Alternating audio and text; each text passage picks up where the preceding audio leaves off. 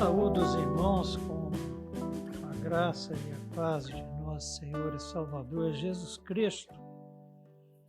A paz que excede a todo entendimento, paz que mesmo em tempos de crises, em tempos de pandemia como nós estamos atravessando, tempos de incertezas, ela invade o nosso coração e preenche todos os espaços do nosso coração, da nossa vida, e a gente atravessa, gratos a Deus e manifestando essa gratidão como ela foi manifesta na sexta-feira passada, no domingo pela manhã, no culto matutino de Páscoa, de ressurreição, e à noite também, quando nós celebramos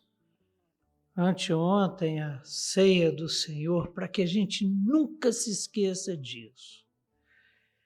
Nunca nos esqueçamos o que Jesus Cristo, o Cordeiro de Deus, que tira o pecado do mundo, o que Ele fez por nós, o que Ele faz por nós e o que Ele fará por nós. Por isso que o Apocalipse é a revelação da esperança, que enche a nossa vida de segurança, de alegria, de contentamento e de certeza de quem Ele é e de quem nós somos. É com essa paz que eu saúdo os irmãos, paz que só encontramos nele.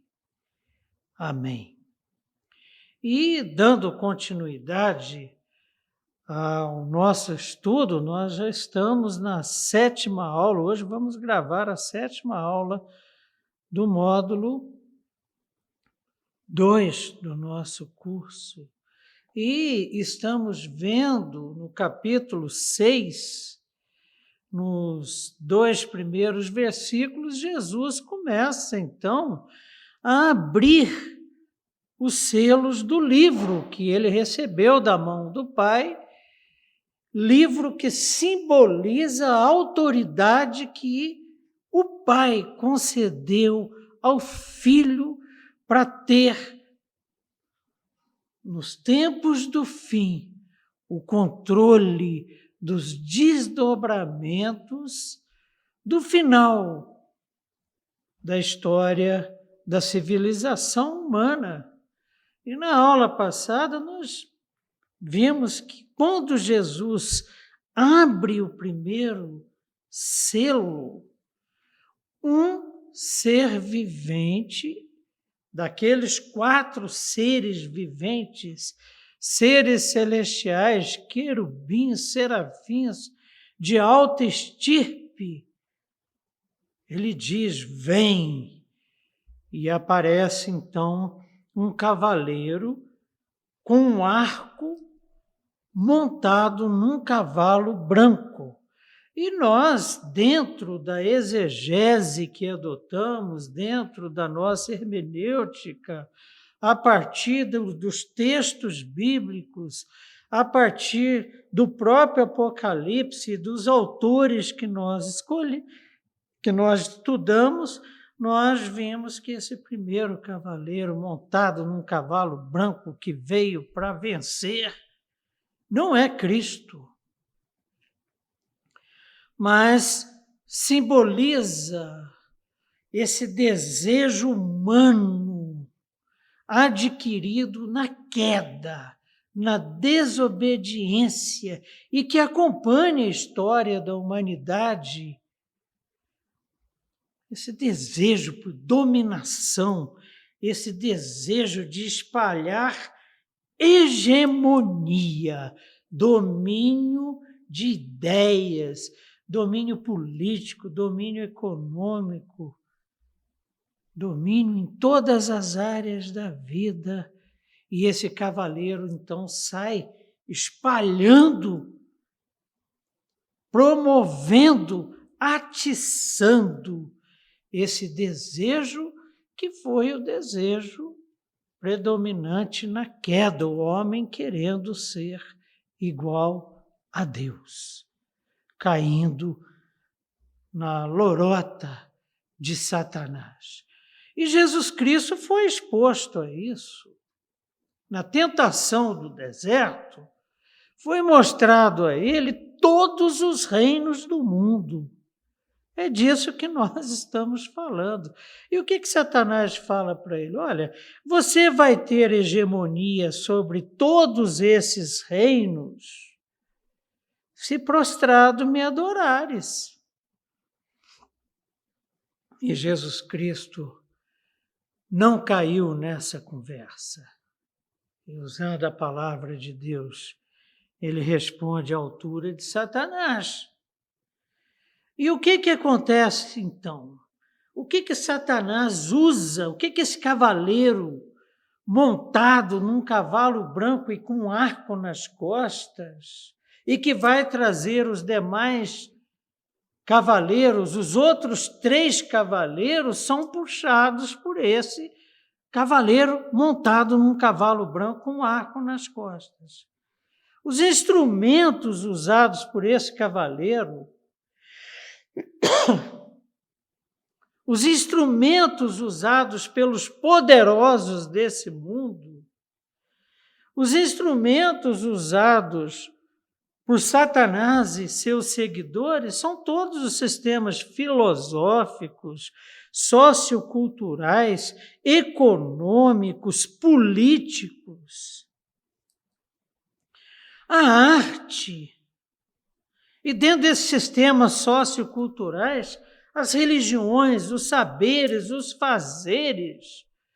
Você vê que hoje as guerras, por exemplo, são altamente tecnológicas, cirúrgicas. A própria literatura, a Ilíada, Eneida de Virgílio, Lusíadas de Camões, o próprio romance Grande Sertão Veredas, de João Guimarães Rosa, que organiza o português brasileiro,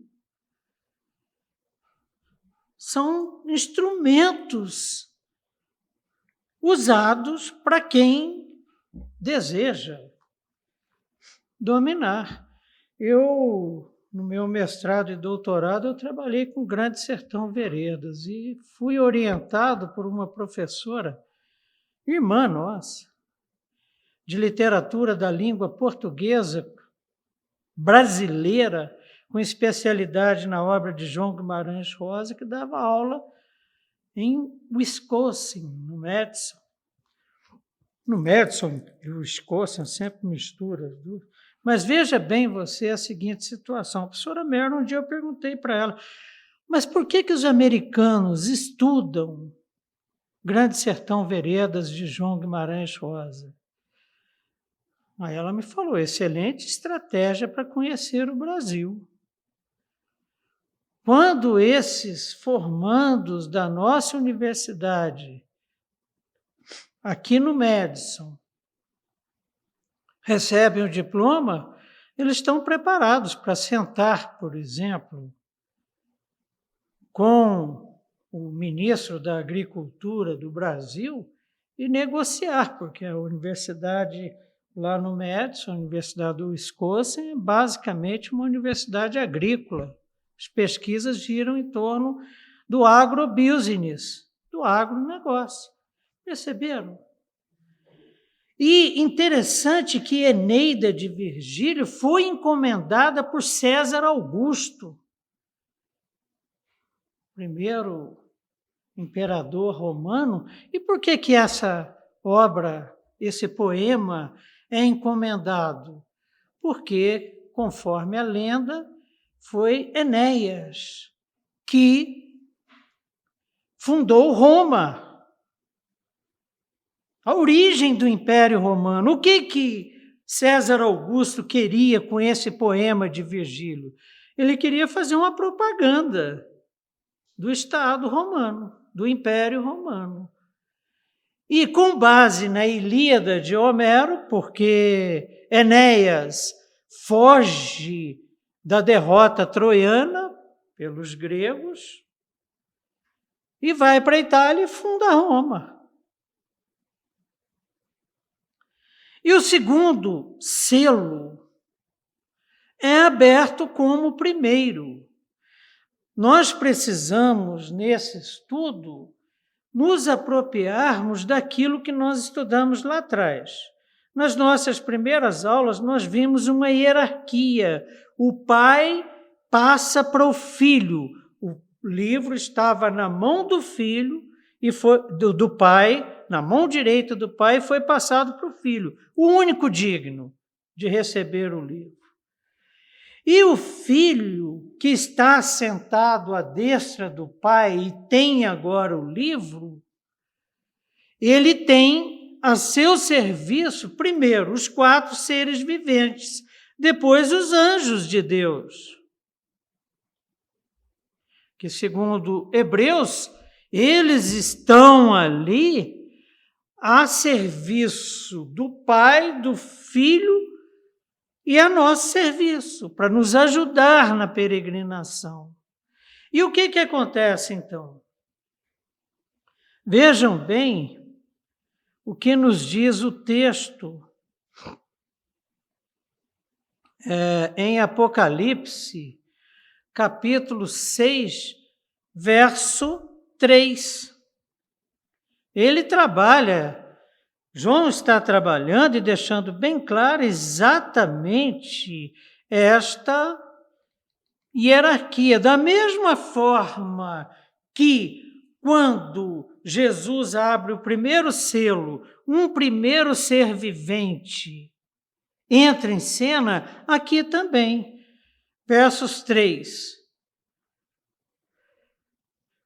até 6, que é o que nós vamos estudar hoje. 3, Apocalipse 6, 3. Quando abriu o segundo selo, qual o único digno que foi encontrado? Jesus Cristo. Quando Jesus Cristo abriu o segundo selo, ouvi o segundo ser vivente dizendo: vem. E saiu outro cavalo, vermelho, e ao seu cavaleiro foi-lhe dado. Ou seja, significa mais ou menos o que aconteceu entre Satanás, Deus e Jó. Satanás provocou na vida de Jó somente aquilo que Deus permitiu. Foi-lhe dado tirar a paz da terra. Ora, se esse cavaleiro vermelho, montado no cavalo vermelho, tirou a paz da terra, é porque Deus permitiu. Mas vamos lá. Para que os homens se matassem uns aos outros, também lhe foi dada uma grande espada. Quando abriu o terceiro selo, quem? O Cordeiro, o único digno, ouviu o terceiro ser vivente dizendo: vem. Então vi, e eis um cavalo preto e o seu cavaleiro com uma balança na mão. 6. E ouvi uma voz que no meio dos 4 seres viventes dizia: uma medida de trigo por 1 denário, 3 medidas de cevada por 1 denário. E não danifiques o azeite e o vinho. Nós vamos estudar hoje, para não ficar acumulado até aí. Agora vejam bem vocês a seguinte situação. Sempre o Cordeiro abre o selo, um dos 4 seres viventes entra em cena, outorgado pelo Cordeiro, que foi outorgado pelo Pai, e chama. Então, aí, os cavaleiros do mal. O Cordeiro, na sua glória recebida do Pai, ele está assentado à direita do Pai. A gente nunca pode se esquecer disso. Então, o segundo selo começa como o primeiro. Cristo abre-o e o segundo ser vivente ordena, venha. Ou seja, o que esse venha significa? Esse segundo cavaleiro, montado num cavalo vermelho, estava preso e foi liberado para tirar a paz da terra só quando o Cordeiro ordenou para o ser vivente que ordenou para ele. E continua debaixo da batuta. E foi-lhe dado o quê? Autorização para fazer o que faz. E fazer o mal é fácil, né? A porta é larga. Deus está autorizando que a depravação humana complete seu ciclo. Os cavalos simbolizam estes aspectos de depravação. Um leva ao outro. E o segundo cavalo? Vamos voltar então lá no texto. Quando abriu o segundo selo, ouviu o segundo ser vivente dizendo: vem. E saiu outro cavalo, vermelho. E ao seu cavaleiro foi dado tirar a paz da terra. Tirar da paz da terra como? Com a guerra.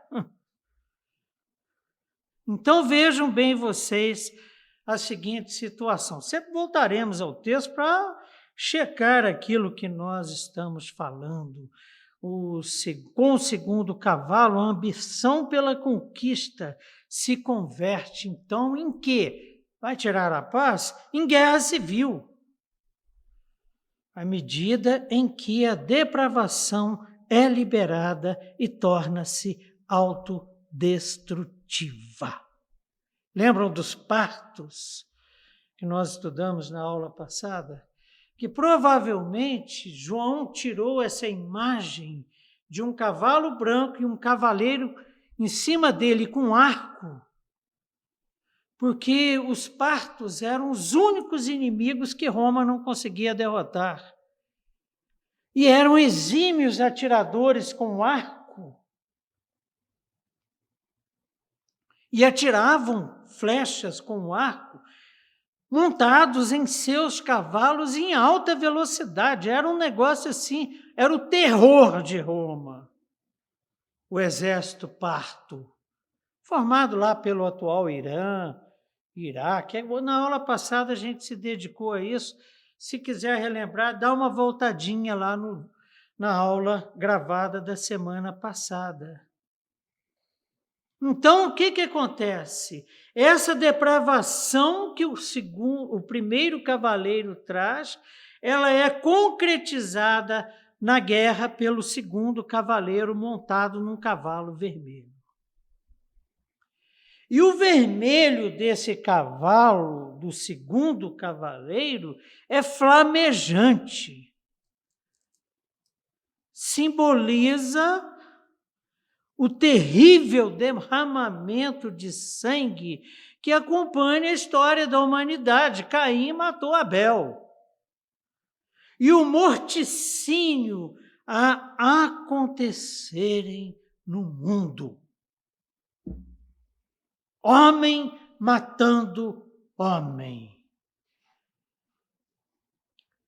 Num nível de perversão que dificilmente encontramos em outras espécies da criação.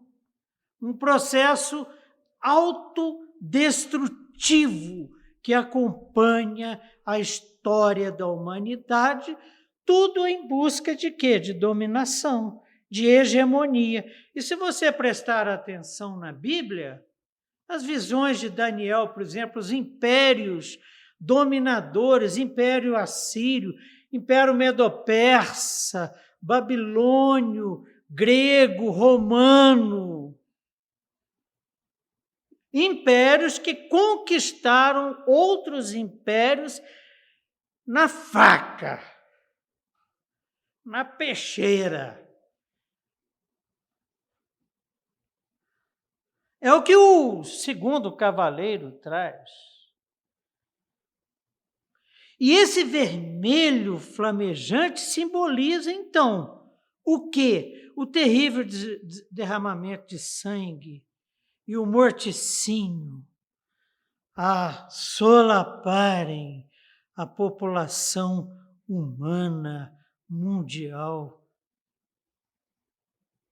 Passa-se uma ideia de que o Brasil, por exemplo, é um país que dorme em berço esplêndido. Vai ler a história do Brasil, vai estudar com mais profundidade as revoltas, as farroupilhas, por exemplo, a Guerra dos Mascates, e por aí vai. O vermelho reaparece em Apocalipse no capítulo 12, verso 3. E aqui, num outro contexto, o que está lá em Apocalipse 6 é o cavaleiro montado num cavalo vermelho. Em Apocalipse 12, 3, é ele, o dragão, simbolizando Satanás, querendo fazer o quê? Então apareceu no céu outro sinal. Interessante que o primeiro sinal é um grande sinal, uma mulher grávida para dar à luz. E agora, que sinal é esse? Um enorme dragão vermelho, com 7 cabeças, 10 chifres, poder, tendo sobre as cabeças 7 coroas, e querendo o quê? Matar a criança que ia nascer.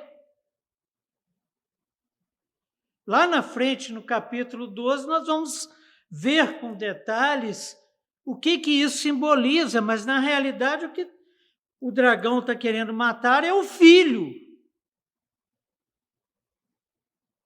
E o que o dragão quer matar também é a igreja. Porque ele é inimigo de Deus. E perseguir os filhos de Deus, perseguir a igreja, é ser inimigo de Deus do mesmo jeito. Então o dragão quer matar o filho e quer matar a igreja, quer destruir a igreja. E a história mostra isso. Mas o que o filho fala? As portas do inferno não prevalecerão contra a igreja. Por quê? Porque da mesma forma que o cavaleiro montado num cavalo vermelho tem uma ação limitada, senão já tinha acabado tudo, o dragão, Satanás, também está amanietado. Nós vamos ver isso a partir do capítulo 11. Mas vamos voltar ao nosso cavaleiro. Perceberam o que o vermelho representa? Sangue derramado. Estuda a história da igreja para tu ver. O cavaleiro vermelho é autorizado a 2 pontos. Por quem? Pelo segundo ser vivente que está amando do Cordeiro que recebeu a autoridade do Pai. Não pensem vocês que ele tem poder absoluto, porque não tem. Os poderosos deste mundo só fazem aquilo que a vontade do nosso bom Deus determina. E fazem para que haja arrependimento. Vamos ver já já. Por que Deus permite? Não é Deus que faz. Não é o cordeiro que sai montado num cavalo branco. Deus permite para que haja arrependimento. Isso nós vamos ver nos selos, isso nós vamos ver nas trombetas, isso nós vamos ver nas taças, até o último minuto. Deus não desiste, Ele tem prazer na misericórdia. Quem gosta de sangue é Satanás e seus seguidores. O Cavaleiro Vermelho, por exemplo, é ávido por sangue. E ele é autorizado, primeiro, a tirar a paz da terra. Segundo, levar as pessoas a se matarem. Tem muito trabalho, não, porque o ser humano é o seguinte, né? Paulo alerta, olha, cuidado para vocês não engolirem uns aos outros. Se seguirmos o nosso coração, a Igreja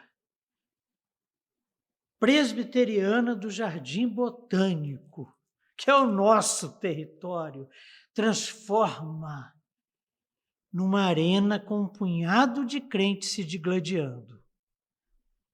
Temos muitos exemplos aí pelo mundo de igrejas que vivem essa realidade triste. Promover o uso da espada para realizar o seu propósito é outro. A espada aqui simboliza a espada, simboliza o punhal, simboliza a faca, simboliza a peixeira, o rifle, o canhão, a bomba atômica.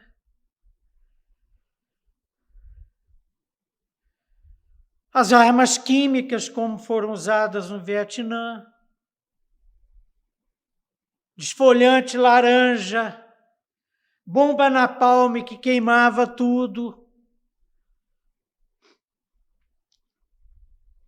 Foi dado ao cavaleiro montado no cavalo vermelho fazer isso, repetindo, levar as pessoas a se matarem, promover o uso da espada para realizar o seu propósito, que é tirar a paz. Interessante que em Zacarias, quando os cavaleiros montados em cavalos coloridos saem pelos quatro cantos e encontram a terra em paz. Aí vem o vermelho e pá! Tira a paz e o mundo vira esse desassossego. Qual é o desassossego que o Império Romano vivia? Qual é o desassossego que a igreja de Éfeso, por exemplo, que era a igreja de João, vivia? Os partos, a ameaça, o cheirinho de enxofre próprio da guerra.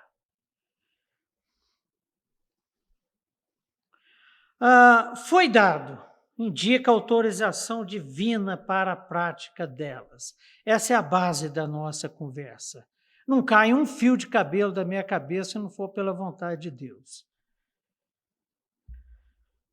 A base para a guerra é a grande espada com suporte, então, na faca, no punhal afiado, canhão. Segunda Guerra Mundial foi a Guerra dos Canhões, né, que terminou com a bomba atômica. Já já a gente vai ver com mais detalhes isso. A espada aqui no texto de João representa a espada romana. João estava de olho na espada romana. Por quê? Aí vem a astúcia. É o símbolo da força militar romana que garante a pax romana. Interessante que o Gilberto Gil, ele tem uma música que se chama A Paz. Você já deve ter ouvido. Invadiu o meu coração. E ele fala que a bomba em Hiroshima e Nagasaki criou o Japão da paz. A Pax Romana. Então, o Cavaleiro Branco, quando sai, uma das estratégias que ele usa é de tornar esses poderosos do mundo como se fossem paladinos da paz. A espada é grande porque ela tem o poder de destruir a terra. Olha o que virou Hiroshima e Nagasaki. Deus, o verdadeiro imperador, concedeu a esse cavaleiro o direito de matar. Com a espada, a ambição pela conquista, no primeiro selo, tornou-se guerra civil.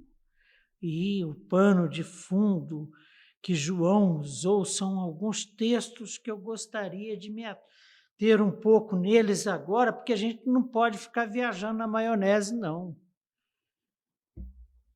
Texto sem contexto é pretexto.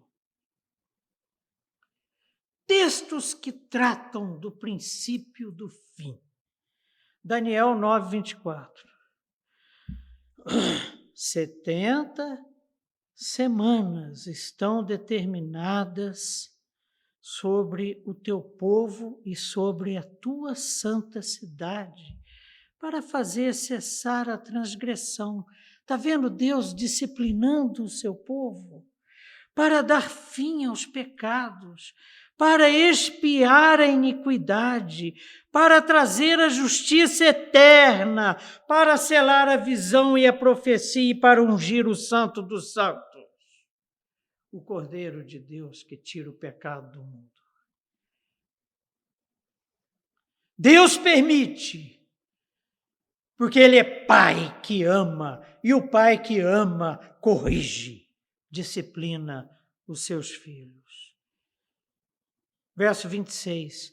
Depois das 62 semanas será morto ungido.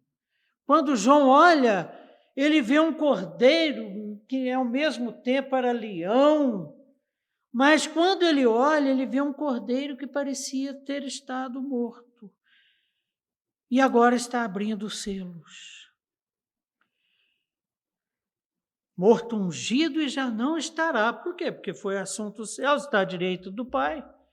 E o povo de um príncipe que há de vir destruirá a cidade, o santuário.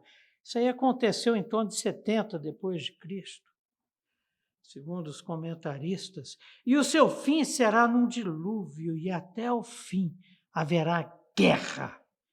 Desolações são determinadas. Por quem? Pelo cavaleiro que está montado no cavalo branco? Pelo cavaleiro que está montado no cavalo vermelho? Não, pelo Pai, que passou autoridade para o Filho, que tem um livro e está a desatar-lhes os selos, e que vai determinar o momento das trombetas e vai determinar o momento das taças, como está determinando agora no nosso estudo o momento de abrir os selos. Marcos 13, 7. Quando ouvirem falar de guerras e rumores de guerras, não tenham medo. Sabe quem é que está falando isso? O Cordeiro de Deus que venceu. Só que aqui, ele não tinha morrido na cruz ainda, mas já estava perguntando. Quando é que é aquela conversa que ele tem lá com o sermão, com os discípulos acerca do sermão escatológico?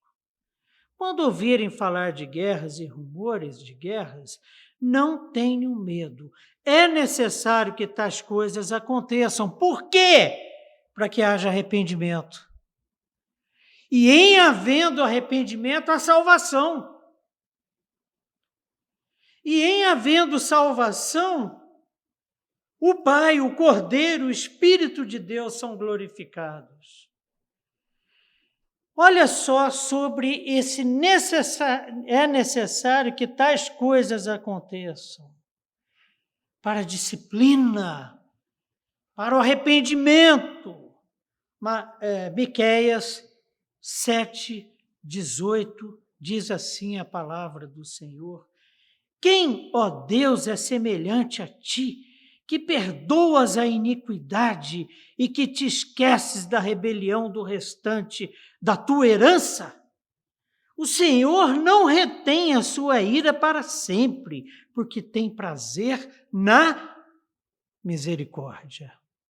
Deus não tem prazer na morte de ninguém, não.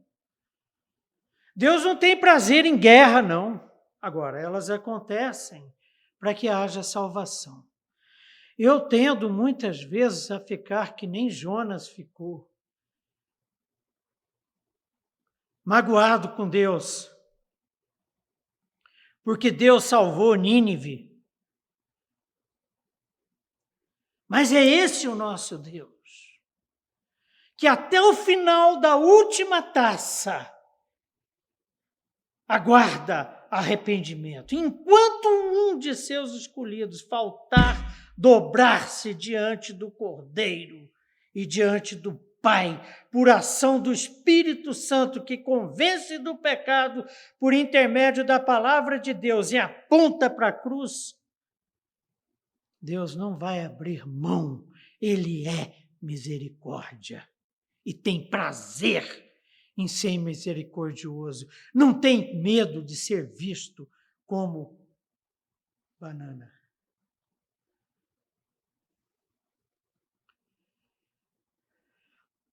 Ele sabe o que ele está fazendo e tem os cavaleiros debaixo do seu controle. E Jesus continua, mas ainda não é o fim. A ação desses 4 cavaleiros, por exemplo, a ação desse segundo cavaleiro que está montado no cavalo vermelho não significa que é o fim dos tempos. Quem está falando é Cristo.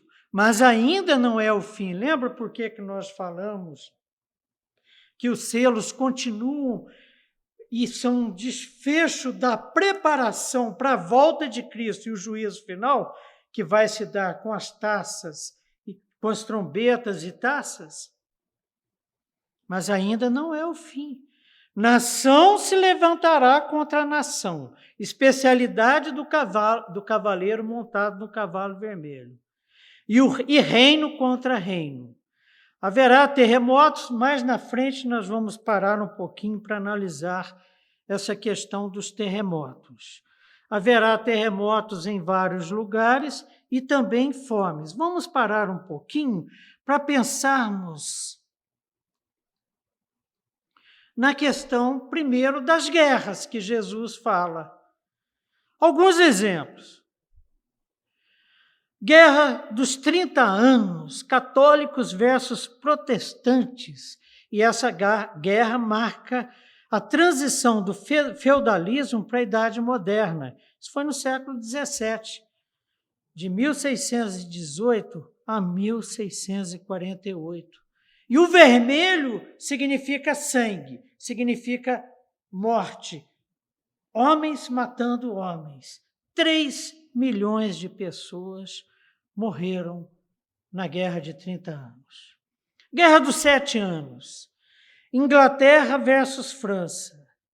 Século XVIII, 1756 a 1763. 1 milhão de mortos.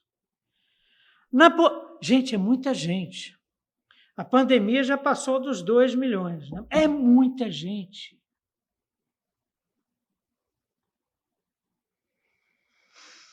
Guerras napoleônicas, século XIX, 1804, 1815. 5 milhões.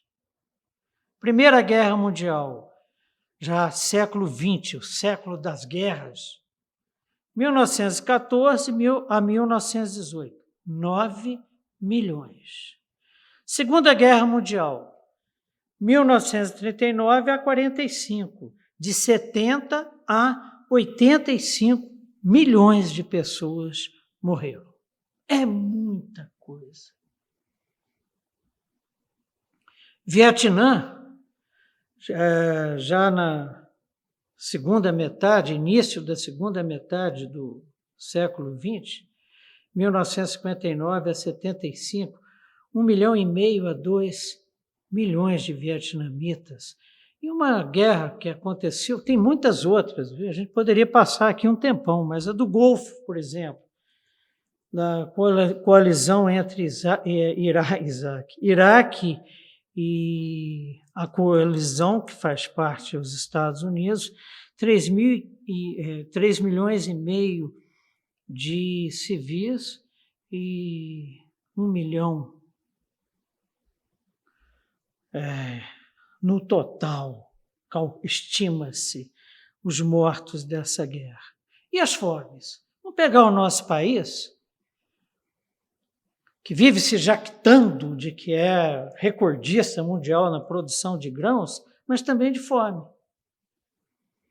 Em 2004, nós tínhamos 15 milhões de brasileiros passando fome. Em 2013, caiu para 7 milhões e 200 mil. E em 2018, 10 milhões de brasileiros, passando fome. Então, aquilo que Jesus falou, nação se levantará contra nação e reino contra reino. Haverá terremotos em vários lugares e também fomes. Guerra, terremoto e fome sempre estão presentes nos noticiários.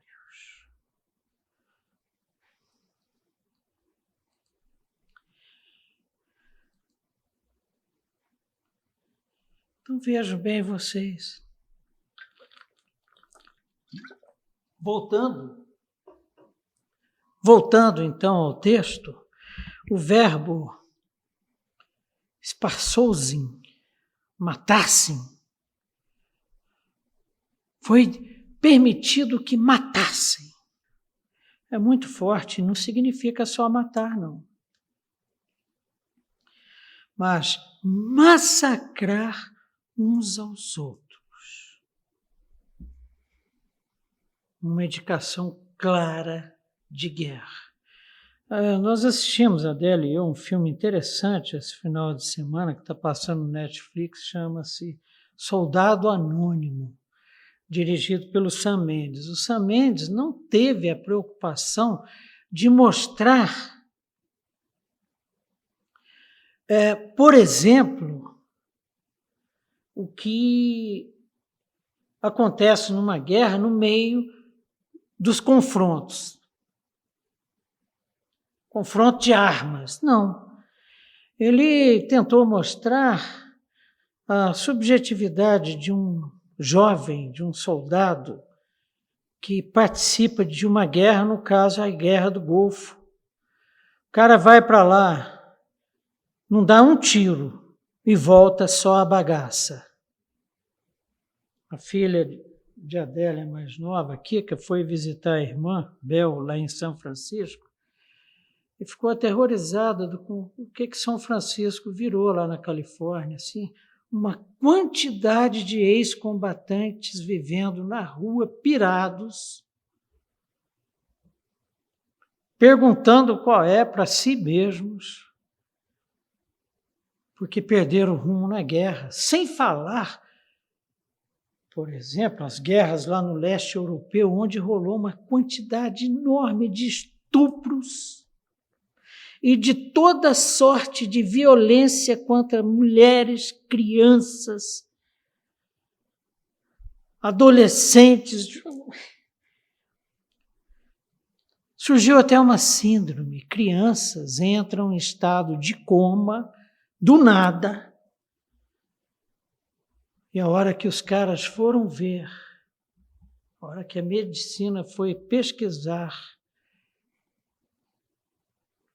que coma é essa, o trauma experimentado, seja pessoalmente um estupro, por exemplo, seja com o que foi feito com a família, vizinhos. É um negócio horroroso. Não é só Sfarzousin.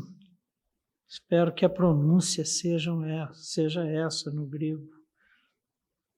Não é só matar, é matar cruelmente. Esse é o grande temor dos impérios, né? Tanto dos antigos quanto dos modernos. Roma era paranoica quanto à guerra civil, porque havia passado por muitos, um império guerreiro como todos os demais impérios. Qual o grande poder americano, por exemplo? Poder bélico. computador, internet, tudo isso que você está vendo aqui foi financiado pelo Pentágono. Soldado americano, por exemplo, tem na cintura um computador que ele tem contato direto via internet com o seu comandante para saber onde ele está e para onde ele deve ir para fazer o que no meio de uma batalha. Sem falar da tecnologia dos drones. São exemplos, por exemplo, de guerras romanas, a liderada por Sula, 88 a.C., e a que sucedeu o assassinato de Júlio César, guerra que acabou com a República Romana, fim do Império. E esses impérios, eles são efêmeros. Às vezes parece que dura pra caramba, mas a história é como se fosse... Aí aparece um outro imperador, um outro presidente da República, um outro ditador, seja lá o que for, que vai dominar o seu povo e outros povos. Em 69 depois de Cristo, houve 4 imperadores diferentes. E o último, Vespasiano, salvou o império da autofagia.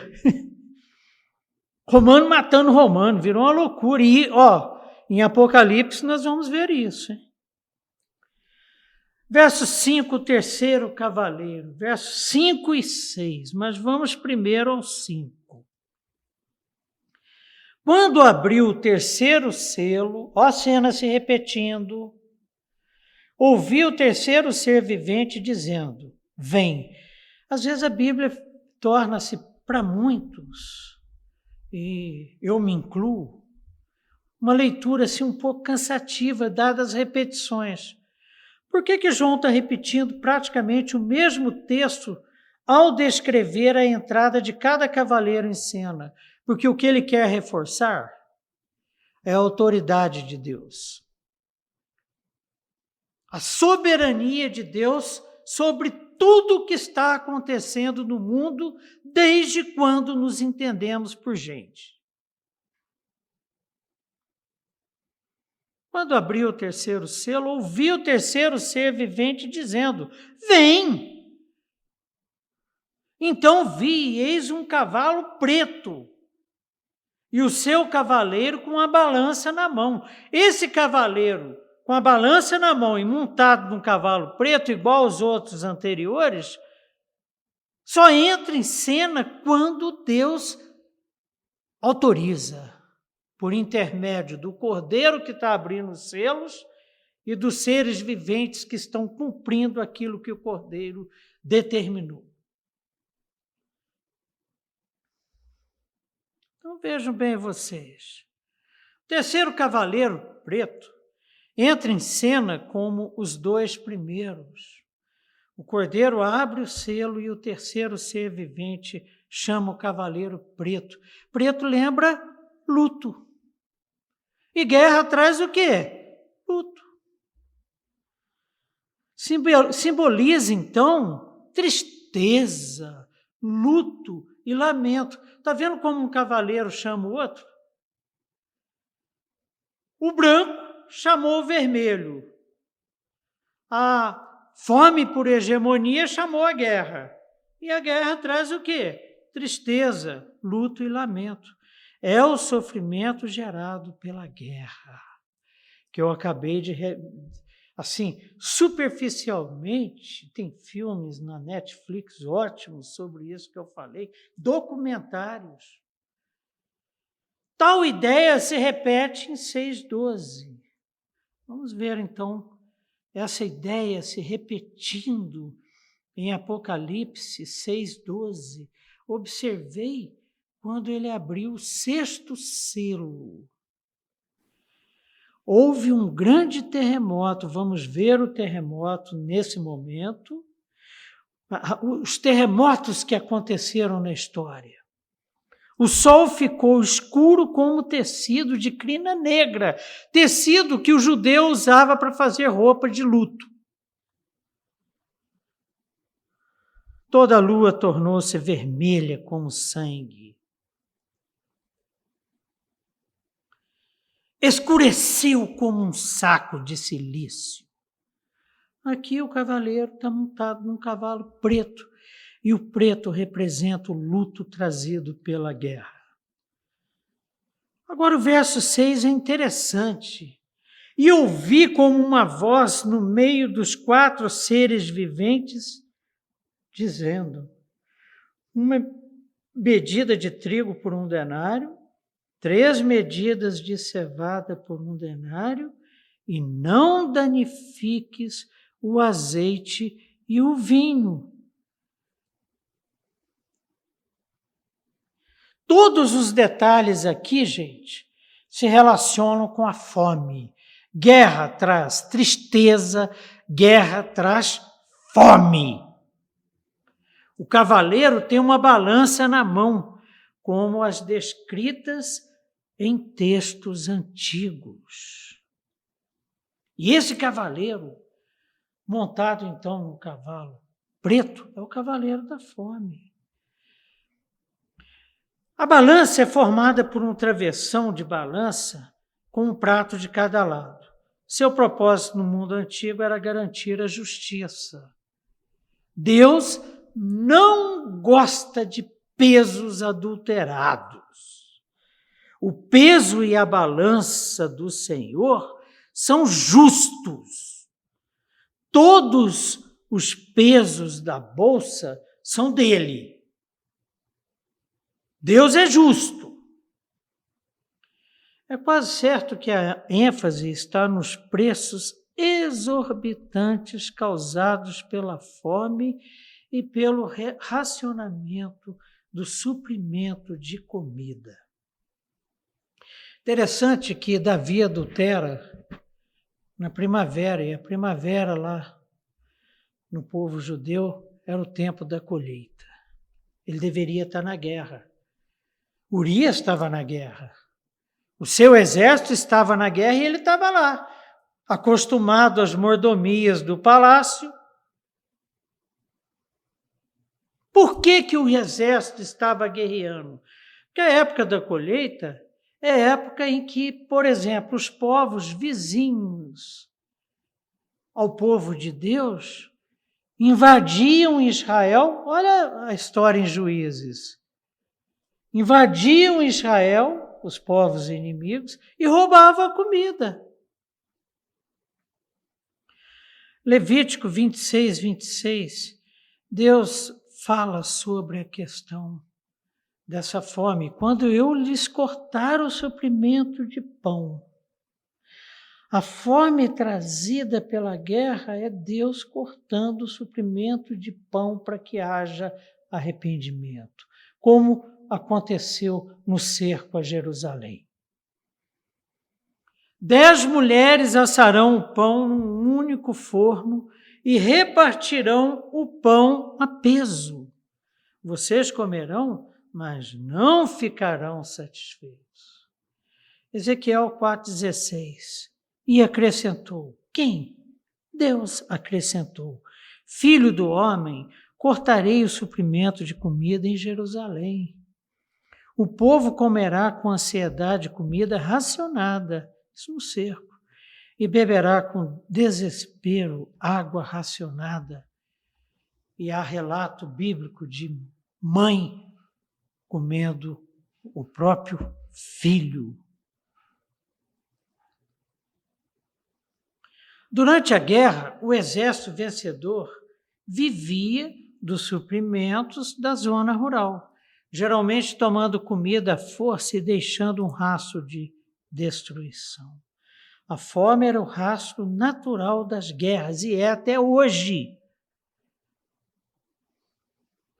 Ligada à falta de grãos, azeite e vinho, à inflação, à desordem econômica, à desordem social, à desordem provocada pela mortandade. Então ouvi uma voz entre os 4 seres viventes, seres celestiais, e não o cavaleiro. São a origem dessa voz. Deus determinando para o Filho determinando para o ser vivente que falou. Em seu trono, Deus está no controle. O Pai e à sua direita o Filho, no controle da história. É um consolo. É um consolo.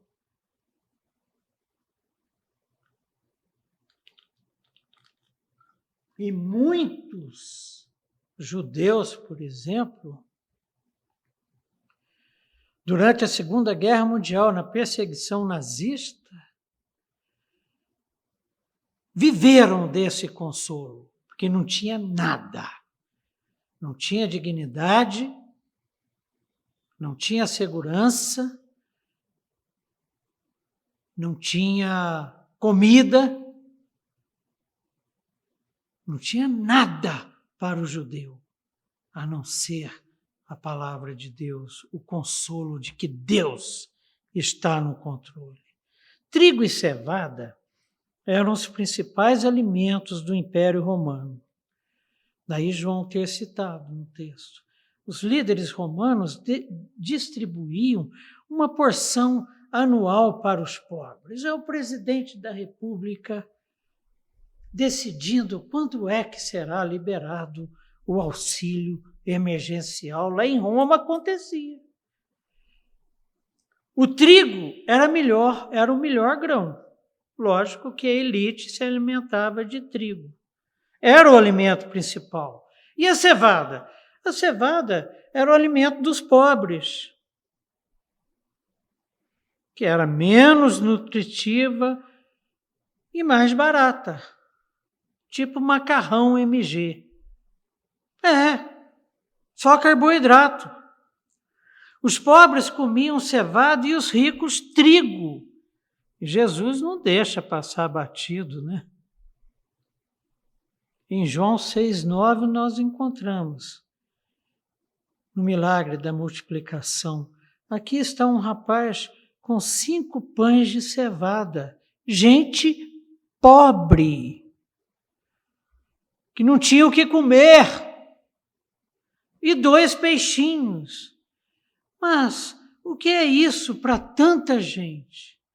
Sabe para quem que o discípulo estava falando? Para o próprio Cristo, o Criador de todas as coisas, que disse, haja e houve.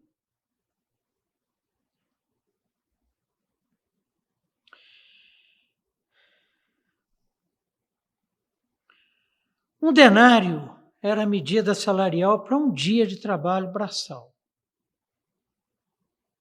No Império Romano, no tempo de João. Uma medida de trigo era a comida suficiente para uma pessoa por dia.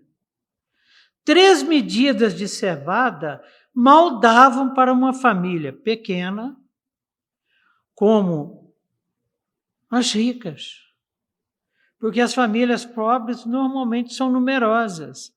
Assim, o salário inteiro de um homem mal dava para comer.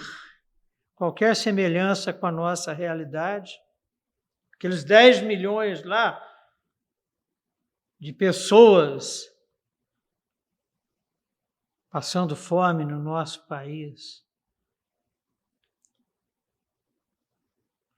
Os outros custos, como moradia e gastos ocasionais, ficavam descobertos, pois os preços em períodos de guerra aumentavam de 10 a 12 vezes.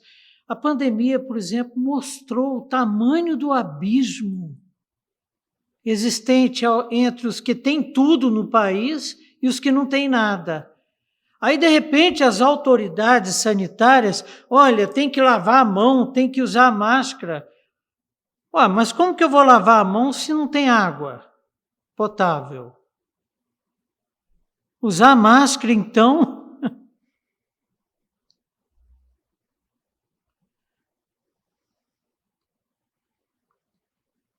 Os outros custos, além da comida, ficavam descobertos, pois os preços em períodos de guerra não é só aqui na nossa realidade, não, nós somos no meio de uma guerra. Só que o inimigo é invisível, é um vírusinho. Esperto, estrategista, está dando o maior baile no mundo. Os preços em períodos de guerra aumentavam de 10 a 12 vezes. Estamos no meio de uma guerra? Toda semana eu vou no Super Adega fazer a compra da semana e depois na feira. O que eu gastava para o suprimento da despesa minha e de Adélia lá em casa, não dá nem para metade mais.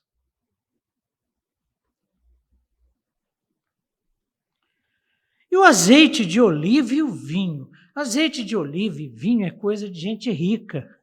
E por que está aqui no texto? Olha só o que o texto nos diz. No final do verso 6. E não danifiques o azeite e o vinho. Por que Deus está preocupado com azeite e vinho? Por que João colocou isso daqui? Aí surge um punhado de interpretação e algumas hipóteses que sempre trazem dúvidas e nós escolhemos uma.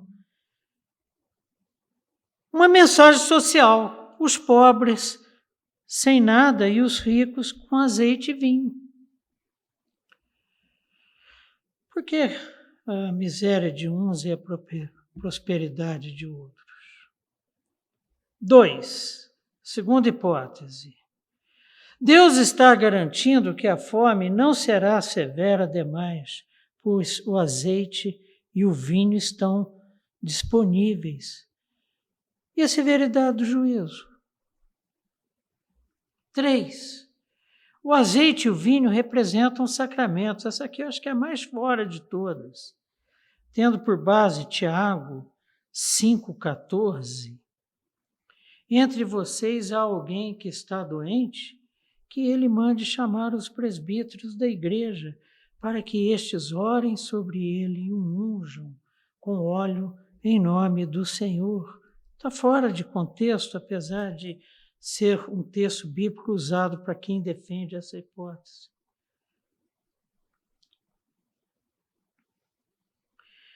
E isso daí é muito usado por aqueles que defendem que os crentes serão poupados na grande tribulação. E nós vamos estudar isso. 4. Relação do texto com as condições terríveis do cerco de Jerusalém. Cara, a turma lá da igreja de Éfeso, por exemplo, que era a igreja de João, não ia entender isso, não. Ia entender de outra maneira. Há uma solução histórica vivida por aquele povo. No ano de 92 depois de Cristo, houve fome. A Bíblia, inclusive, registra. Domiciano decretou a derrubada de metade das vinhas. Assim, aquelas decisões de gente poderosa que não ouve ninguém e que sai fazendo besteira. O decreto teve que ser cancelado. Por quê que o decreto teve que ser cancelado? Porque o tempo de recuperação das vinhas causaria ainda mais fome, porque ele queria usar a terra para plantar outras coisas, mas só que o prejuízo provocaria muito mais fome. E isso é confirmado pelos registros históricos, isso aconteceu. E talvez João usou esse fato, usou esse tipo de evento para nos mostrar que a voz que vem do trono mostra que Deus está por trás da severidade do juízo inerente ao selo e que orienta. Domiciano jamais ouviria a voz do Senhor. Isso não é próprio desses poderosos que esse texto trata, não.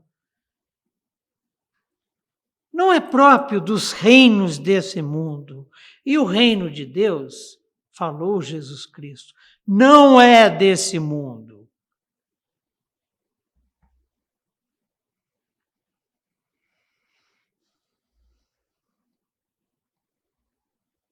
Terminando, queridos. Guerra e fome marcam a história da humanidade. Sem discutir, isso é um fato. contra fatos não existem argumentos. Só que tem um outro fato, que só Filho de Deus, selado pelo Espírito Santo de Deus, que por intermédio da palavra revela. Palavra, aqui, ó. Revela.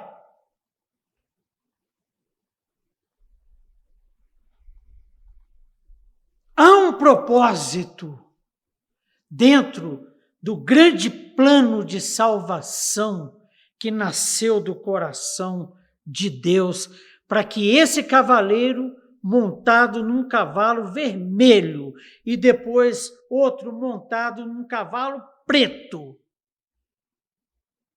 seguissem o que foi liberado pelo primeiro ser vivente e que estava montado num cavalo branco. Há um propósito para o que esses cavaleiros provocam, e não é Deus que provoca, mas permite, com autoridade, com precisão cirúrgica, com amor, graça, poder, misericórdia. Quem são esses imperadores romanos perante o trono do Altíssimo? Todo joelho se dobrará. E o propósito do Altíssimo não é o pavor, não é o sofrimento da humanidade. Pavor e sofrimento diante da guerra, diante da fome, diante da inflação, diante de tudo que assola o mundo. Pavor e sofrimento são instrumentos usados por Deus para o arrependimento, para a salvação e para a santificação de todo o que crê. C.S. Lewis, falando sobre isso, aí eu encerro, afirmou o seguinte: o sofrimento trazido por esses cavaleiros, cavaleiro da hegemonia, cavaleiro da guerra, cavaleiro da fome, o sofrimento provocado por esses cavaleiros que simbolizam essa realidade que experimentamos no mundo, é o formão de Deus usado para transformar o nosso coração de pedra em coração de carne, conforme a palavra de Deus. Então, o propósito do Senhor não é a guerra. O propósito do Senhor não é o sofrimento, não é o pavor, não é a pandemia, mas é o arrependimento, a salvação e a santificação dos seus filhos.